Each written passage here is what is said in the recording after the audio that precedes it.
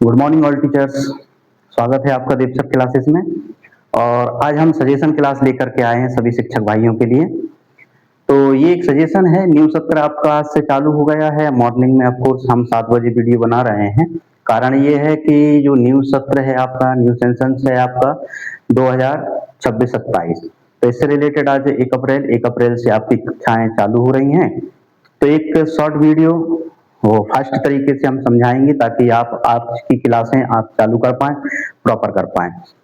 एक सजेशन है, आपने भी कई तैयारियां की होंगी इससे रिलेटेड और आशा करते हैं हमारी तैयारियां भी उसमें शामिल हो जाएंगी, तो काफी अच्छा बच्चों के लिए रहेगा ये वीडियो।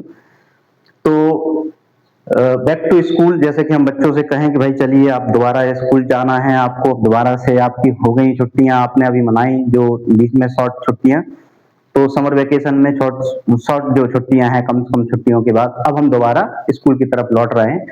नए विषय से उनका परिचय कराएंगे और नए विषय के जो सिलेबस हैं उनको आज बताएंगे बच्चों को।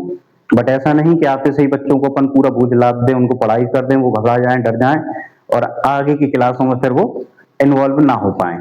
तो आज क्या करें, जैसे कि हमने लिख रखा है, आज क्या करें, प्रवेश उत्सव के रूप में कार्य करें। अब प्रवेश उत्सव में क्या करेंगे, बच्चों को तिलक लगा सकते हैं हम इसमें, ठीक है।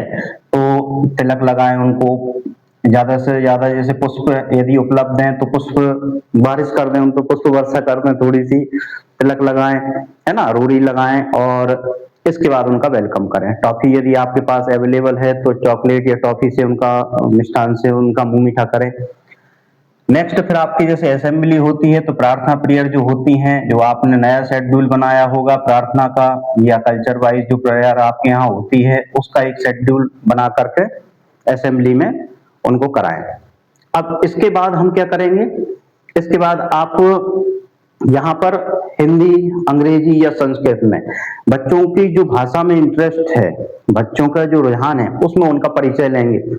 बच्चा सेल्फ परिचय देगा हमारा, यदि इंग्लिश का टीचर है तो इंग्लिश में परिचय ले, संस्कृत का है तो संस्कृत में कुछ जो 2 लाइन 4 लाइन उनसे बुलवाए, हिंदी में है तो हिंदी में वो परिचय दे, अपना आने वाली जो प्रमोट क्लास है उसमें अपने आप को प्रमोट करके बताए। कभी कभी आपने देखा होगा बच्चा प्रमोट हो गया बट वो पिछली क्लास को ही कहता है, I am study 9th class, I am study 10th class, जबकि वो 11th में आ चुका है या 10th में आ चुका है, लेकिन वो रिपीटेड पीछे का ही। तो उसका परिचय उसको दिलाएं, इससे उसको कॉन्फिडेंट बढ़ेगा और ज्यादा से ज्यादा बच्चों के सामने, टीचर के सामने उसको बोलने की हिम्मत, साहस मिलेगा, जिससे वो एक सामूहिक रूप से बोल सकता है। ये कॉन्फिडेंट बच्चों में काफी आवश्यक है और ये कॉन्फिडेंट ही उनको इंप्रूव करता है आगे के लिए। नेक्स्ट, रचनात्मक लेखन उनसे लिखाएं। तो जैसे आने वाले हमारे क्या टारगेट है, हमारे क्या गोल्स हैं जो अचीव करना है हमें, जो हमें पाना है, तो लक्ष्य के प्रति उनसे लिखाएं लाएं।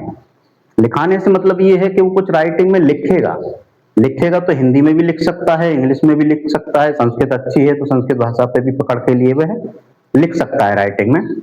लिखाएं, उसको चेक करें।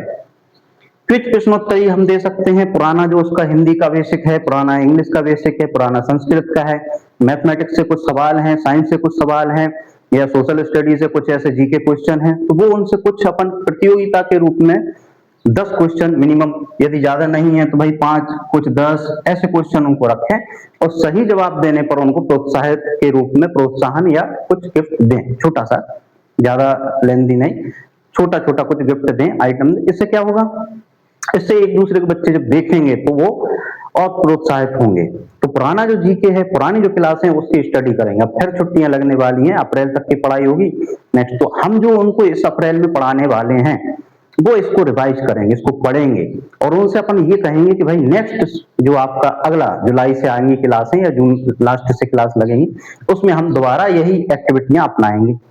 बच्चा ज्यादा से ज्यादा प्रोत्साहित होगा। और एक बात ध्यान रखिए कि जब एक बच्चे को गिफ्ट मिलता है तो फिर उसमें कहा जाए लालच आता है, वो सोचेगा नहीं मुझे भी प्राइज मिलेगा, नेक्स्ट टाइम मैं भी अच्छी कोशिश करूंगा और इनसे बेटर करके मैं भी प्राइज पाऊंगा। तो ये एक छोटी सी एक्टिविटी रहेगी जो बच्चों को हम मोटिवेट करके आगे बढ़ने में हेल्प कर सकते। मुहावरे, हिंदी यदि है तो हम मुहावरों का, पहेलियों का, कविताओं का, यहाँ पर अंग्रेजी है तो पोएम्स कई ऐसी होती हैं उनका, संस्कृत में भी कई कविताएं, कई शायद दोहे, कई चौपाइयां हम यहाँ पर उनसे प्रयोग करा सकते हैं, बोलना सिखा सकते हैं, बुलवा सकते हैं सामूहिक रूप से भी, और यदि वह ब्रेंच वाइज सेल्फ बोलना चाहता है तब भी बुलवा करके हम क्लैपिंग के माध्यम से उनका हर्ष वर्ध करेंगे, जिससे कि वो ज्यादा से ज्यादा इसमें एक्टिव हो पाए।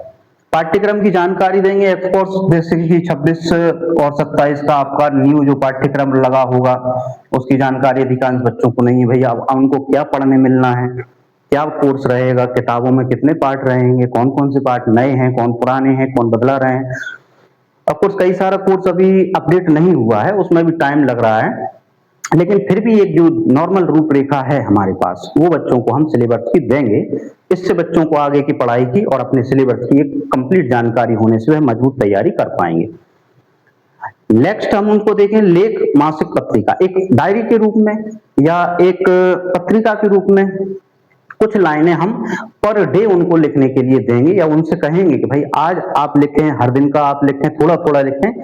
और ये मासिक पत्रिका के रूप में हम पूरे अप्रैल उनको चलाएंगे। पूरे अप्रैल के बाद हम उसको चेक करेंगे बच्चे ने क्या क्या पर डे का लिखा है उसमें। ये मासिक पत्रिका के रूप में हम भित्ति पत्रिका के रूप में इसको चेक कर सकते हैं। इससे बच्चे की क्या होंगी, कई सारी शुद्धियां अशुद्धियां, आपने देखा होगा कोई चिंता का चिता लिख देता है, मर का मरा लिख देता है और कर का करा लिख देता है। तो ये गलतियां नहीं होनी चाहिए, क्योंकि यह जो वर्तनी अशुद्धि है इस पे बच्चों का कॉन्सेप्ट क्लियर होना चाहिए, मजबूत होना चाहिए। यही अशुद्धियां उनके नंबर कम करते हैं। और आज हमारे पास टाइम है, अप्रैल में हम इन छोटी छोटी बारीकियों पर विशेष ध्यान दे सकते हैं। नेक्स्ट बात करते हैं अन्य मनोरंजक खेल। अब ऐसा नहीं केवल हम बच्चों को बोरियत करें, पढ़ाई पढ़ाई की बात करें, समझाई समझाई की बात करें। क्या कि होता है कि ज्यादा समझाइश भी बच्चों को फिर डीपली अंदर से हट करने लगती है, प्रेशर करने लगती है, और ज्यादा समझाने समझाने से बच्चा भी फिर ज्यादा गुस्से में आने लगता है। ठीक है, तो अब बच्चों को गुस्सा नहीं दिलाना, हमें क्या करना है, अन्य मनोरंजक खेल का भी उनको ऑप्शन देना है। भैया जो बच्चे हैं किसी खेल में इन्वॉल्व रहना चाहते हैं, कोई अन्य एक्टिविटियों में इन्वॉल्व रहना चाहते हैं, वैसे तो वो खेल के ही आ रहे हैं, फिर भी यदि खेलना चाहते हैं तो खेलने दीजिए। इंडोर खेल खेलना चाहते हैं इंडोर गेम खिलाइए, आउटडोर गेम खेलना चाहते हैं आउटडोर गेम खिलाइए। कहानी किससे सुनाना चाहते हैं, सुनना चाहते हैं, भाई कहानियां सुना दीजिए। आप लोग नहीं सुना सकते हैं तो बच्चों से ही कहो कि आपको कोई किससे कहानी नाना दादा दादी के कोई पुरानी पता हो, आप लोग सुनाइए सामूहिक। बाल सभा कर सकते हैं, छोटी मोटी अंताक्षरी, गीत गायन करवा सकते हैं, कविता पाठन करवा सकते हैं।